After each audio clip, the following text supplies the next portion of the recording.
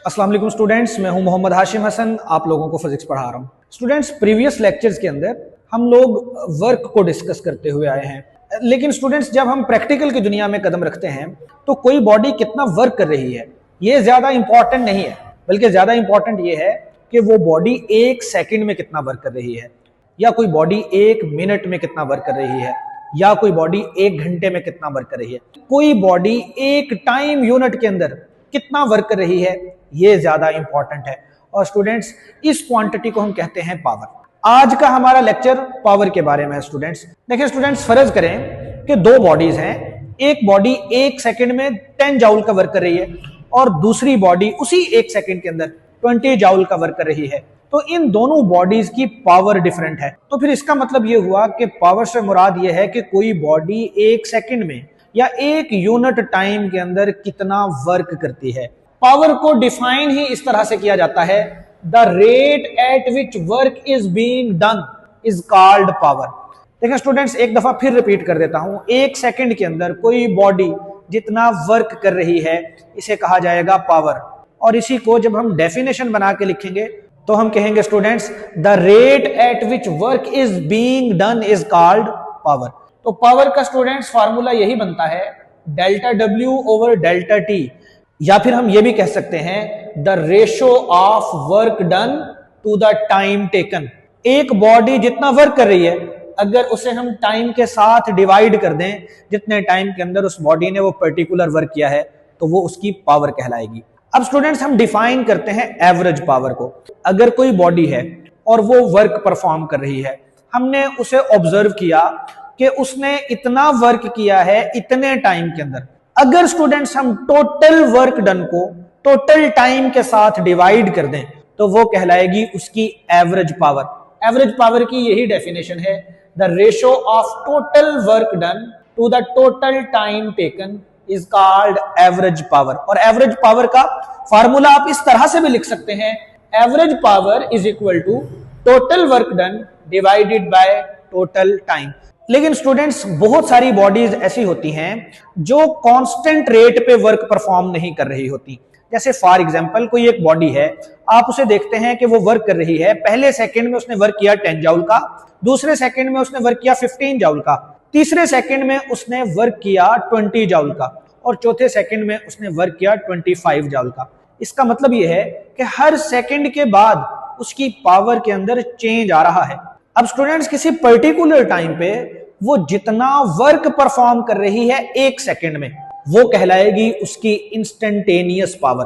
तो पहले हम इंस्टेंटेनियस पावर की यही डेफिनेशन देख लेते हैं, the value of power at any instant of time is called instantaneous power. लेकिन स्टूडेंट्स इसकी मैथमेटिकल फॉर्म को समझने के लिए हम इसे एक और तरह से समझते हैं। देखिए फर्ज करें कि कोई एक बॉडी है, आप उसे ऑब्जर्व करते हैं और आप ये देखते हैं कि पहले सेकंड में उसने 10 जाउल का वर्क किया, दूसरे सेकंड में उसने 15 जाउल का वर्क किया, तीसरे सेकंड में उसने 20 जाउल का वर्क किया, और चौथे सेकंड में उसने 25 जाउल का वर्क किया। इसी तरह हर सेकंड के बाद उसका जो वर्क डन है वो चेंज हो जाता है। तो हम ये कहेंगे कि उसकी पावर की वैल्यू हर टाइम पे चेंज हो रही है। लेकिन आपके साथ आपका दोस्त खड़ा है और वो अचानक आपसे कहे कि बताएं इस वक्त इसकी पावर कितनी है। स्टूडेंट्स आपने उसी लम्हे की पावर उसे कैलकुलेट करके बतानी है। लेट सपोज आपके दोस्त ने आपसे उस लम्हे उसकी पावर पूछी जिस वक्त वो एक सेकंड में 15 जाउल का वर्क कर रही थी। तो स्टूडेंट्स आपके दोस्त ने आपके ऊपर एक लिमिट लगा दी है कि मुझे आपने इसी लम्हे की पावर कैलकुलेट करके बतानी है, आप ज्यादा टाइम नहीं ले सकते। इसका मतलब ये हुआ कि अगर स्टूडेंट्स आप सोचेंगे, आप उस बॉडी को देखते रहेंगे, तो बॉडी तो अगले लम्हे अपना रेट ऑफ वर्क यानी अपनी पावर चेंज कर चुकी होगी। दोबारा सुन लें ये बात स्टूडेंट्स कि अगर आप बहुत ज्यादा टाइम लेंगे सोचने में, तो अगले लम्हे तो पावर की वैल्यू चेंज हो चुकी होगी। आपके स्टूडेंट ने आपसे एक पर्टिकुलर लम्हे की वैल्यू पूछी है, तो फिर आपने उसी लम्हे की पावर कैलकुलेट करके बतानी है। इसका मतलब ये हुआ कि आपके दोस्त ने आपके ऊपर एक लिमिट लगा दी है, और वो ये लिमिट ये है कि आपने ज्यादा टाइम की वैल्यू नहीं लेनी। अगर आप ज्यादा टाइम की वैल्यू लेंगे तो पावर की वैल्यू तो चेंज हो चुकी होगी। इसी लिमिट को हम मैथमेटिकली इस तरह से लिखते हैं कि instantaneous power is equal to the rate of work done, but हम लिमिट लगाएंगे और वो लिमिट ये लगा देंगे कि हमारे पास जो टाइम के अंदर चेंज आ रहा है वो इंतहाई कम है, यानी डेल्टा टी की वैल्यू अप्रोच कर रही है जीरो को। स्टूडेंट्स, इसीलिए हम इंस्टेंटेनियस पावर की डेफिनेशन एक और तरह से भी लिखते हैं। हम लिखते हैं the limiting value of delta W over delta T. अब ये जो delta W over delta T है ना, ये बेसिकली पावर ही है, लेकिन हमने यहां पे लिमिट लगाई है, the limiting value of delta W over delta T. अब delta W over delta T को मैं पावर भी बोल सकता हूं, तो मैं दोबारा एक दफा रीफ्रेज करूंगा, the limiting value of power where the time following delta T approaches to zero is called instantaneous power. Instantaneous power को अगर हम सिंपली डिफाइन करें तो हम कहेंगे किसी एक इंस्टेंट पे, किसी एक लम्हे पे जो किसी बॉडी की पावर की वैल्यू है वो कहलाती है इंस्टेंटेनियस वैल्यू ऑफ पावर। तो यही आप लोगों ने याद रखना है और ये फार्मूला बन जाएगा इंस्टेंटेनियस पावर का। अब स्टूडेंट्स, यहां पे एक बहुत इंपॉर्टेंट पॉइंट है जो हमने समझना है, वो ये है कि अगर एक बॉडी कांस्टेंट रेट पे वर्क परफॉर्म कर रही है तो उसकी इंस्टेंटेनियस पावर और उसकी एवरेज पावर एक दूसरे के इक्वल होती हैं। Instantaneous power is equal to average power. Students, इस बात को एक दफा फिर सुन लें, फिर हम इसे एग्जाम्पल की मदद से समझ भी लेंगे। If the work is being done at constant rate, अगर वर्क कांस्टेंट रेट पे परफॉर्म किया जा रहा है तो पावर की इंस्टेंटेनियस वैल्यू और पावर की एवरेज वैल्यू एक दूसरे के इक्वल होगी। इसे समझने के लिए हम एक सिचुएशन कंसीडर करते हैं। देखिए स्टूडेंट्स, फर्ज करें कि कोई बॉडी है जो पहले सेकंड के अंदर 10 जूल का वर्क परफॉर्म कर रही है, अगले सेकंड के अंदर भी 10 जूल का वर्क परफॉर्म कर रही है, अगले एक सेकंड के अंदर भी 10 जूल का वर्क परफॉर्म कर रही है, इसी तरह अगले एक सेकंड के अंदर भी 10 जूल का वर्क परफॉर्म कर रही है, और इसी तरह अगले एक सेकंड के अंदर भी 10 जूल का वर्क ही परफॉर्म कर रही है। तो फिर ये जो मैंने सिचुएशन बनाई है ये एग्जैक्ट इस लाइन को फॉलो कर रही है। If the work is being done at constant rate. Students, यहां पे ये जो वर्क हुआ है ना, ये एक कांस्टेंट रेट पे हुआ है।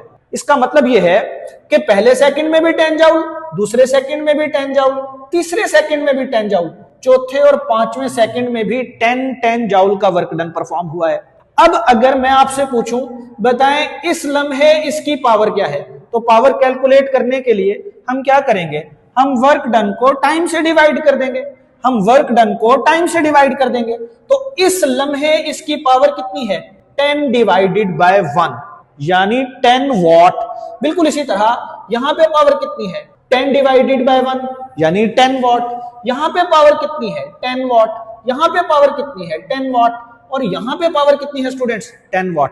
इसका मतलब ये हुआ, चूंकि यहां पे कांस्टेंट रेट पे वर्क परफॉर्म हो रहा है तो फिर हर लम्हे जो इंस्टेंटेनियस वैल्यू ऑफ पावर है वो कितनी है स्टूडेंट्स, 10 जूल पर सेकंड भी लिख सकता हूं मैं, और मैं 10 वॉट भी लिख सकता हूं, क्योंकि पावर का यूनिट वॉट होता है। अभी डिस्कस करेंगे। देखिए स्टूडेंट्स, यहां से हमें यह पता चल गया है कि अगर work done at constant rate हो रहा है तो फिर इंस्टेंटेनियस पावर की वैल्यू कितनी है, 10 वॉट।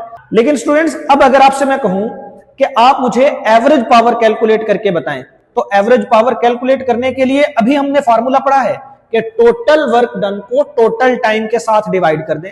तो एवरेज पावर निकालने के लिए हम क्या करेंगे, एवरेज पावर निकालने के लिए हम टोटल वर्क डन को टोटल टाइम से डिवाइड करेंगे। स्टूडेंट्स, यहां से लेके यहां तक टोटल वर्क डन कितना हुआ है, 10 प्लस 10 प्लस 10 प्लस 10 प्लस 10, यानी 50 जूल का वर्क हुआ है। और स्टूडेंट्स, टोटल टाइम कितना लगा है, 1 2 3 4 और 5 सेकंड, 5 सेकंड्स लगे हैं। तो स्टूडेंट्स 50 डिवाइडेड बाय 5 आंसर आएगा 10 जूल पर सेकंड या 10 वॉट।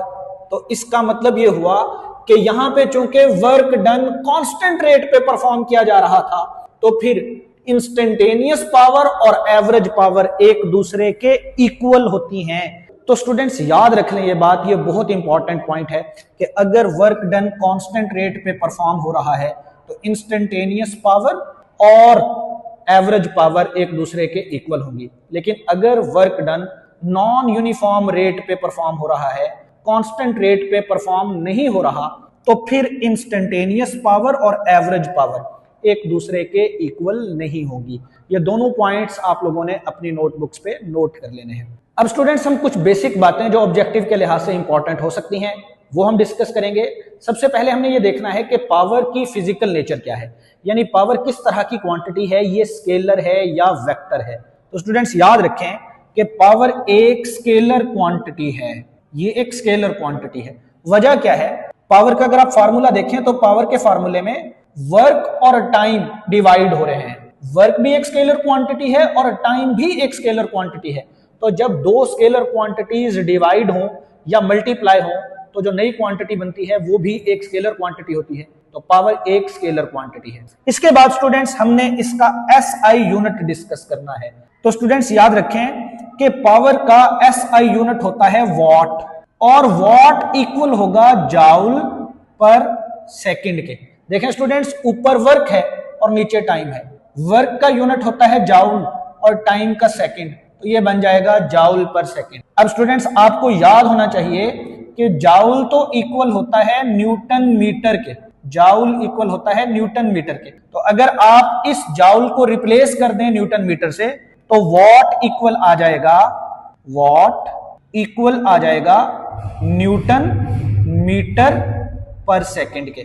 तो ये भी एक यूनिट है स्टूडेंट्स पावर का। बिल्कुल इसी तरह हम जानते हैं कि जो न्यूटन है, न्यूटन स्टूडेंट्स, न्यूटन इक्वल होता है किलोग्राम मीटर पर सेकंड स्क्वायर के। तो अगर आप इस न्यूटन की जगह पे किलोग्राम मीटर पर सेकंड स्क्वायर पुट कर दें तो वॉट किसके इक्वल आएगा। देखें लेफ्ट साइड पे वॉट एज इट इज आ गया, ये इक्वल का साइन एज इट इज। इस न्यूटन की जगह पे पुट कर दें किलोग्राम मीटर पर सेकंड स्क्वायर। ये जो किलोग्राम मीटर पर सेकंड स्क्वायर पुट किया है स्टूडेंट्स, ये मैंने न्यूटन की जगह पे किया है। ये मीटर पहले से मौजूद है और ये पर सेकंड पहले से मौजूद है। अब अगर आप इस सबको रीअरेंज करके लिखें तो वॉट इक्वल आ जाएगा किसके, किलोग्राम मीटर और मीटर, मीटर स्क्वायर। ये सेकंड की पावर -2 है और ये सेकंड की पावर -1 है। पावर्स को अगर आपस में ऐड करें तो ये बनेगा सेकंड की पावर -3। तो इसका मतलब ये हुआ कि वॉट इक्वल होता है किलोग्राम मीटर स्क्वायर पर सेकंड क्यूब के। अब ये हमारे पास एक बेस यूनिट है पावर का, आपसे ऑब्जेक्टिव में पूछा जा सकता है। स्टूडेंट्स एक दफा फिर देखें कि वॉट किस किस यूनिट के इक्वल है।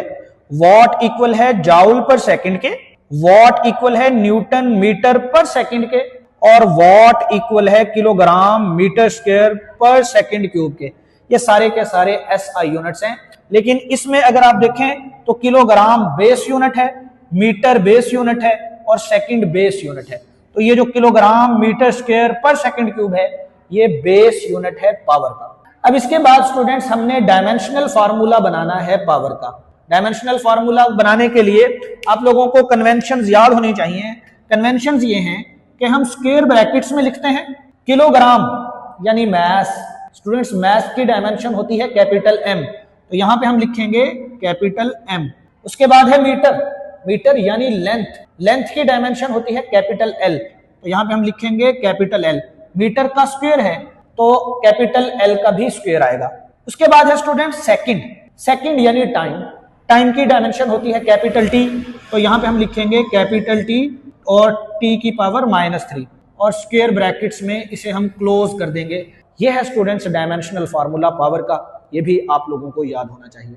अब स्टूडेंट्स हम ये कह तो चुके हैं कि पावर का यूनिट वॉट होता है, लेकिन एक वॉट किसके इक्वल होता है, एक वॉट को डिफाइन करना है। देखिए स्टूडेंट्स पावर के फॉर्मूले में ऊपर वर्क डन है और नीचे टाइम है। पावर 1 वॉट तब होगा जब 1 जाउल का वर्क हो 1 सेकंड में, तो फिर जो पावर है वो कहलाएगी 1 वॉट।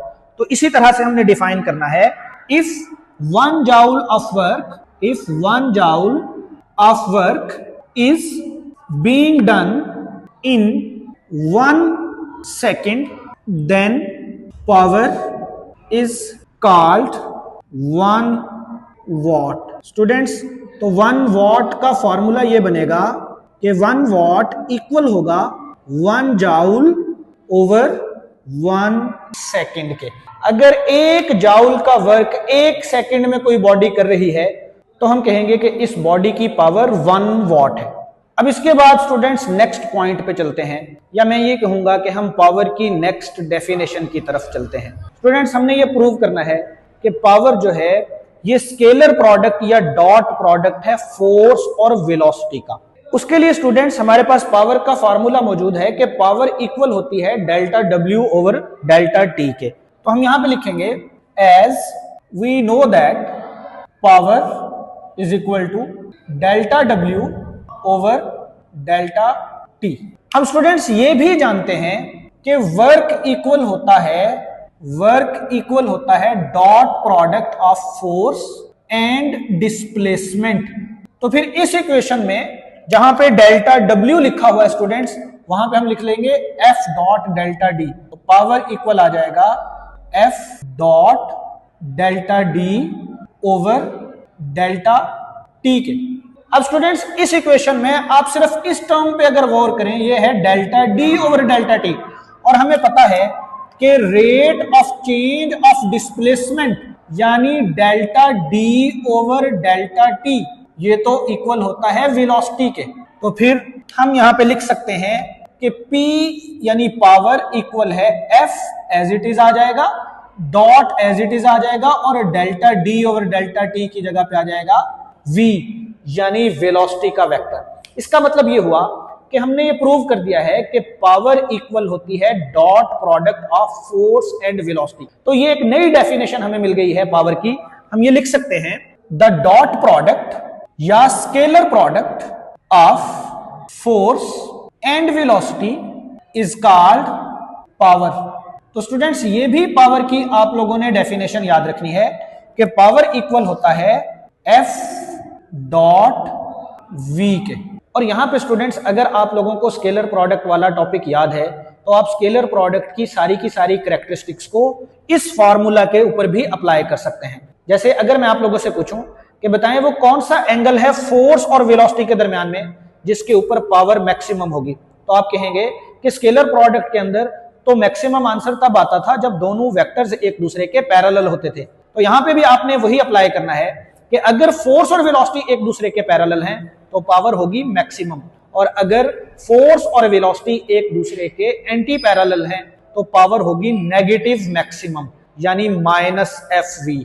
और फिर यहां पे एक और बड़ी इंपॉर्टेंट पॉइंट है, वो ये कि अगर फोर्स और वेलोसिटी के दरमियान में एंगल बन रहा हो 90 डिग्री का तो फिर पावर की वैल्यू स्टूडेंट्स होगी 0, क्योंकि स्केलर प्रोडक्ट के अंदर जब थीटा की वैल्यू 90 डिग्री होती थी तो स्केलर प्रोडक्ट का आंसर 0 आता था। बहरहाल अब स्टूडेंट्स हम चलेंगे अपने नेक्स्ट पॉइंट की तरफ, और नेक्स्ट पॉइंट के अंदर हमने डिस्कस करना है 1 किलोवाट आवर को। स्टूडेंट्स किलो का ताल्लुक प्रीफिक्सेस के साथ है और इसका मतलब होता है 10 की पावर 3। वॉट स्टूडेंट्स पावर का यूनिट है और ये टाइम का यूनिट है, 1 घंटा, जिसके अंदर 3600 सेकंड्स होते हैं। सबसे पहले तो आप ये याद रख लें कि किलोवाट आवर स्टूडेंट्स ये एनर्जी का यूनिट है, बल्कि आपने इसे इस तरह से याद रखना है, it is a commercial unit of electrical energy. ये स्टूडेंट्स इलेक्ट्रिकल एनर्जी का कमर्शियल यूनिट है। ये वही यूनिट है जो हमारे जलते हैं और हमारा बिल आता है। हम कहते हैं हमारे 200 यूनिट जल गए हैं, वो जो 200 यूनिट जले हैं ना, वो बेसिकली आपके 200 किलोवाट और जले हैं। बहरहाल अब स्टूडेंट्स हमने 1 किलोवाट और को डिफाइन करना है। देखिए स्टूडेंट्स, ये वो अमाउंट ऑफ वर्क डन है। मैं कह रहा हूं कि ये एनर्जी का यूनिट है। अगर एनर्जी का यूनिट है तो मैं वर्क डन का यूनिट भी कह सकता हूं। स्टूडेंट्स ये वो अमाउंट ऑफ वर्क डन है जो एक बॉडी 1 घंटे में परफॉर्म करती है। कौन सी बॉडी? वो बॉडी जिसकी पावर हो 1 किलोवाट। दोबारा सुन लें, एक ऐसी बॉडी जिसकी पावर हो 1 किलोवाट, वो जितना वर्क करती है 1 घंटे में, स्टूडेंट्स वो वर्क डन कहलाता है 1 किलोवाट और। तो इसको हम इस तरह से ही डिफाइन करेंगे, the amount of work done in 1 hour by a body whose power is 1 kilowatt. Students ऐसी बॉडी जिसकी पावर 1 किलोवाट हो, वो 1 घंटे में जितना वर्क करेगी वो कहलाएगा 1 किलोवाट और। अब हमने 1 किलोवाट और को सॉल्व करना है। देखें स्टूडेंट्स, 1 किलोवाट और इक्वल होगा किसके? ये जो 1 है ना स्टूडेंट्स, ये तो आएगा एज इट इज। उसके बाद लिखा हुआ है किलो। किलो इक्वल होता है स्टूडेंट्स 10⁻³ के, यानी 1000 के।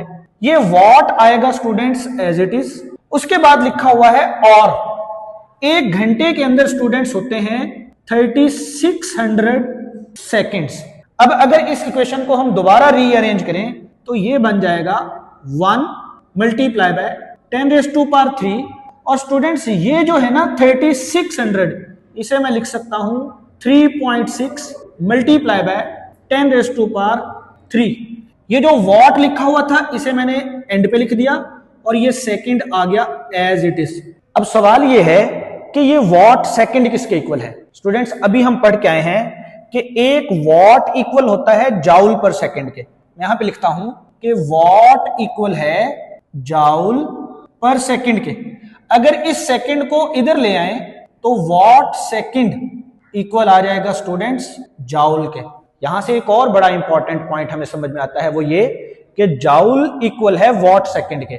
अगर जाउल एनर्जी का यूनिट है तो वॉट सेकंड भी एनर्जी का यूनिट है। बहरहाल स्टूडेंट्स जहां पे वॉट सेकंड लिखा हुआ है यहां पे अब हम जाउल लिख सकते हैं। तो ये पॉइंट आप लोगों ने अपने जहन में रखना है और इसे फर्दर सॉल्व करके देख लेते हैं। ये 3.6 स्टूडेंट्स एज इट इज आएगा। स्टूडेंट्स ये 10⁻³ और ये 10⁻³, ये बन जाएगा 10⁻6 और वॉट सेकंड की जगह पे स्टूडेंट्स हम लिख लेंगे जाउल। तो इसका मतलब ये हुआ कि 1 किलोवाट और इक्वल होता है 3.6 मल्टीप्लाई बाय 10⁻6 जाउल के।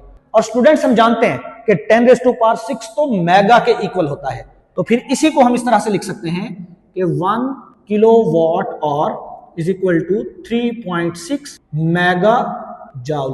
तो ये हमने प्रूव कर दिया है कि 1 किलोवाट और के अंदर 3.6 मेगा जाउल्स होते हैं। स्टूडेंट्स ये डेफिनेशन और ये प्रूफ आप लोगों से शॉर्ट क्वेश्चन और एमसीक्यूज वगैरह में पूछे जा सकते हैं। अब स्टूडेंट्स आगे बढ़ने से पहले हम पावर के फार्मूला को एक दफा समझ लेते हैं। देखिए स्टूडेंट्स, पावर का फार्मूला है पावर इक्वल होती है delta W over delta T के। ये फार्मूला हमें बताता है कि पावर डायरेक्टली प्रोपोर्शनल है वर्क डन के, अगर आप टाइम को कांस्टेंट रखें। स्टूडेंट्स आप जानते हैं कि अगर हम इक्वेशन में 2 वेरिएबल्स के दरमियान में ताल्लुक देख रहे हैं तो जो तीसरा या बाकी जितने भी वेरिएबल्स होंगे उन सबको हम कांस्टेंट रख देंगे। तो देखिए स्टूडेंट्स, पावर डायरेक्टली प्रोपोर्शनल है वर्क के अगर टाइम को कांस्टेंट रख दिया जाए, और पावर इनवर्सली प्रोपोर्शनल है टाइम के अगर वर्क को कांस्टेंट रख दिया जाए। और इसी बात को समझने के लिए स्टूडेंट्स मैंने यहाँ पे एक सिचुएशन बना रखी है। देखिए मैंने कहा कि पावर डायरेक्टली प्रोपोर्शनल है वर्क डन के अगर हम टाइम को कांस्टेंट रख दें। तो इस सिचुएशन को समझने के लिए यहाँ पे ये 2 बंदे हैं और दोनों का वर्क करने का जो टाइम है वो 10 सेकेंड है।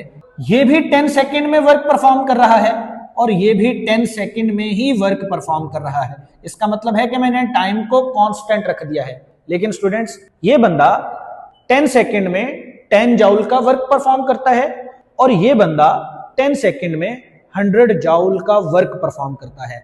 अगर मैं आपसे कहूं कि इन दोनों की पावर कैलकुलेट करें तो पावर कैलकुलेट करने का तरीका यह है कि आप वर्क को और टाइम को डिवाइड कर दें। तो जब आप वर्क को और टाइम को डिवाइड करेंगे तो इसकी पावर स्टूडेंट्स आएगी 1 वॉट और इसकी पावर आएगी स्टूडेंट्स 100 डिवाइडेड बाय 10 वॉट। इसका मतलब ये हुआ कि अगर टाइम कांस्टेंट है तो जो बंदा ज्यादा वर्क परफॉर्म कर रहा है उसकी पावर भी ज्यादा है और जो बंदा कम वर्क परफॉर्म कर रहा है उसकी पावर भी कम है। और दूसरा पॉइंट ये था कि पावर इनवर्सली प्रोपोर्शनल है टाइम के अगर वर्क को कांस्टेंट रख दिया जाए। इसके लिए भी एक सिचुएशन समझें कि फर्ज करें 2 मोटर हैं और दोनों मोटर जो हैं वो 100 जाउल का वर्क परफॉर्म करती हैं, यानी वर्क दोनों के लिए सेम है, तो वर्क को कांस्टेंट रख लिया गया। लेकिन ये जो मोटर 1 है ये 100 जाउल का वर्क परफॉर्म करती है 10 सेकंड में और ये मोटर 2 जो है ये 100 जाउल का वर्क परफॉर्म करती है 20 सेकंड्स में। अब अगर मैं आपसे कहूं कि मोटर 1 और मोटर 2 दोनों की पावर कैलकुलेट करें, तो पावर कैलकुलेट करने का बहुत आसान तरीका है। तरीका यह है स्टूडेंट्स कि आप वर्क को और टाइम को डिवाइड कर दें। जब वर्क को और टाइम को डिवाइड करेंगे तो मोटर 1 की पावर आएगी 10 वॉट और मोटर 2 की पावर स्टूडेंट्स आएगी 100 डिवाइडेड बाय 20 यानी 5 वॉट। इसका मतलब यह हुआ कि अगर वर्क डन कांस्टेंट है तो जो बॉडी कम टाइम ले रही है उसकी पावर ज्यादा होगी और जो बॉडी ज्यादा टाइम ले रही है वही वर्क डन परफॉर्म करने के लिए उसकी पावर कम होगी। यानी पावर इनवर्सली प्रोपोर्शनल है टाइम के अगर वर्क डन कांस्टेंट हो। अब स्टूडेंट्स कुछ की पॉइंट्स हैं जिनको पढ़ने के लिए हम चलते हैं नेक्स्ट बोर्ड की तरफ। जी स्टूडेंट्स, जैसे हम जानते हैं कि पावर इक्वल होती है work done divided by time के, और हम ये भी जानते हैं कि वर्क तो एनर्जी ही होता है, तो वर्क की जगह पे हम एनर्जी भी लिख सकते हैं। तो पावर का एक फार्मूला बन जाएगा एनर्जी ओवर टाइम। स्टूडेंट्स, यहां से एनर्जी का एक नया फार्मूला बनेगा, वो ये कि अगर आप टाइम को इस तरफ पावर के साथ जाके मल्टीप्लाई कर दें तो एनर्जी इक्वल आ जाएगी पावर मल्टीप्लाई बाय टाइम के। ये वो फार्मूला है जो एमसीक्यूज और न्यूमेरिकल्स को सॉल्व करने के लिए काम आएगा। जैसे यहां पे मैंने आप लोगों के सामने एक एमसीक्यू लिखा है। एमसीक्यू है the energy dissipated by 100 watt bulb. Students, 100 watt ये हमें पावर मिल गई है इन 2 सेकेंड्स और ये हमें टाइम मिल गया। हमने एनर्जी कैलकुलेट करनी है, तो एनर्जी कैलकुलेट करने के लिए आपके जहन में फौरन फार्मूला आ जाना चाहिए कि एनर्जी तो इक्वल होती है पावर मल्टीप्लाई बाय टाइम के, और पावर कितनी है 100 what multiply by students time कितना है 2 सेकेंड्स, तो ये बन जाएगा 200 वॉट सेकेंड। और हम जानते हैं कि वॉट सेकेंड इक्वल होता है जाउल के, तो स्टूडेंट्स कितनी एनर्जी होगी 200 जाउल। अब इसके बाद हमने दोबारा पावर के फार्मूलाज की तरफ आना है। देखें स्टूडेंट्स, वर्क एनर्जी प्रिंसिपल के मुताबिक जो वर्क डन होता है वो तो चेंज इन काइनेटिक एनर्जी के होता है, तो पावर इक्वल आ जाएगी change in kinetic energy over time. और students, change in kinetic energy अगर आपने लिखनी है तो फाइनल काइनेटिक एनर्जी में से इनिशियल काइनेटिक एनर्जी को माइनस करना है। तो इसी फार्मूला को हम इस तरह से भी लिख सकते हैं 1/2 mv2 square minus 1/2 mv1 square divided by time.